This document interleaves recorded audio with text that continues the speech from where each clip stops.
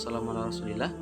Perkenalkan, nama saya Nur Azmi, mahasiswa IAIN Palangkaraya, Fakultas Ekonomi dan Bisnis Islam, jurusan Ekonomi Islam dan program studi Ekonomi Syariah.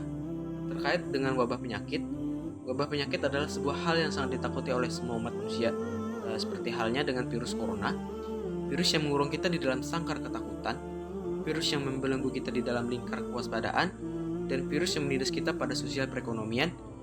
Virus yang menyebabkan kematian di berbagai negeri ini menjadi perhatian bagi dunia, sebagaimana negara kita Indonesia juga termasuk di dalamnya. Tidak hanya terjadi di masa sekarang saja. Di dalam kitab As-Sahihain menceritakan pada masa kekhalifahan Sayyidina Umar bin Khattab, wabah juga pernah terjadi, dan nama dari wabah itu adalah wabah taun yang diperkirakan lebih ganas daripada virus corona. Menurut Ibnu Qayyim al-Jauziyah dalam kitabnya yang berjudul At-Tib An-Nabawi, secara bahasa, taun adalah sejenis wabah penyakit. Sementara itu, di kalangan medis, taun adalah pembengkakan parah yang mematikan, menimbulkan rasa haus dan dahaga yang amat parah dan rasa sakit yang luar biasa. Tubuhnya menjadi hitam, hijau, dan abu-abu. Selanjutnya, nanah akan muncul. Biasanya, taun menyerang 3 lokasi di tubuh yang mana yaitu ada di ketiak, bagian belakang telinga, dan ujung hidung. Di samping itu, taun terdapat di bagian daging tubuh yang lunak juga. Dari situ bisa kita bayangkan seberapa ganas wabah virus tersebut. Lalu bagaimanakah Sayyidina Umar sebagai pemimpin menyikapi akan hal tersebut? Pada waktu itu Sayyidina Umar melakukan musyawarah meminta pendapat para sahabat dari kalangan Ansar maupun Muhajirin. Intinya beliau melibatkan orang-orang yang dianggap memiliki keahlian karena yang dipanggil adalah para pemukanya. Apalagi setelah Sayyidina Umar mendapat penjelasan dari salah seorang sahabat Nabi yang populer, yaitu Abdurrahman bin Auf, yang menyampaikan sebuah hadis bagaimana petunjuk Nabi bila terjadinya sebuah wabah. Disebutkan, jika kalian berada di suatu tempat atau yang terserang wabah, maka janganlah kalian keluar darinya. Apabila kalian mendengar wabah itu di suatu tempat, maka janganlah kalian mendatanginya.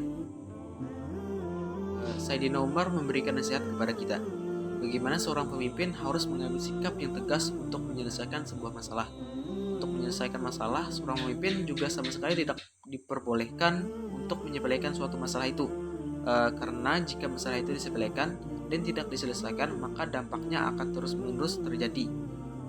Masalah tidak bisa diselesaikan kecuali dengan ketegasan tanpa paksaan dan dibarengi dengan cara lembut tapi tidak disepelekan, kata Sayyidina Umar.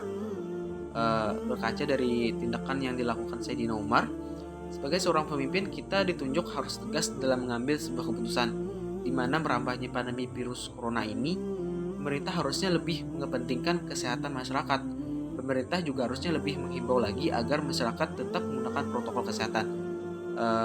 Peran pemerintah dan Satgas di sini sangat diperlukan untuk menanggulangi masalah ini. Tidak seriusannya pemerintah kita sekarang adalah ada pada kejadian demo besar-besaran mahasiswa dan buruh terkait masalah RUU Cipta Kerja.